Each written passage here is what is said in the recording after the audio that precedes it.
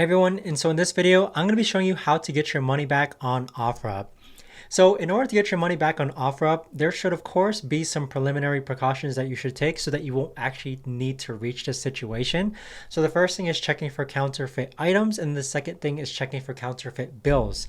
Now with the bills, there's like counterfeit checkers as far as like the machines go that they sell at like Office Depot, or you can just use a pen where if you write on the bill, it'll show yellow or black depending on if it's a real bill or a fake dollar bill.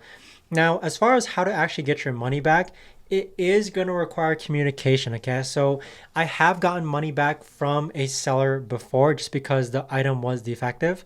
So it is going to require you to actually reach out to the seller and just be respectful as far as like, hey, this item isn't as you described, can I get my money back?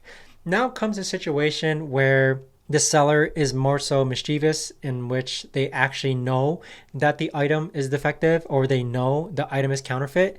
In that case, you're just going to have to report them to Offerup so that they can actually get their account down.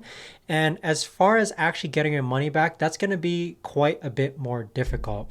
If you've used PayPal's goods and services, PayPal will actually refund you. So that's one good way to actually use PayPal. If you've paid in, or if they've paid you in cash, or if you paid them in cash, yeah, that's practically going to be impossible to actually get unless you know where they live and such.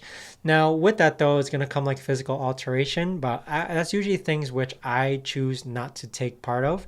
And then the third way is usually like via Zelle, Cash App, or Venmo. So unfortunately, those three aren't too good when it comes to buyer protection, which is why some people prefer PayPal a lot more. But as far as getting your refund back, number one, try to come to some sort of civil agreement in order to get your refund back. The second scenario is that if you know the buyer knows that they know that the item that they're giving you is defective and they're just blocking you and ignoring you, the least you can do is just report that Offerup account so that they get taken down and more people don't fall into traps by their money-making schemes. So hopefully this video helped you out. I know it's not the best news as far as like getting refunds go. It's happened to me before, but trust me, as time goes by, you'll get over it. I've gotten counterfeit bills before. I've gotten defective items before. I've gotten refunds before if the person generally didn't know that the item was defective. It more so depends on the scenario and such, but as time passes by, you'll get over it though. In the grand scheme of things, getting scammed like a couple $100, it won't mean over the longer term of like 1 year down the road, 3 years down the road, 5 years down the road. It sucks, but just try to be safe out there.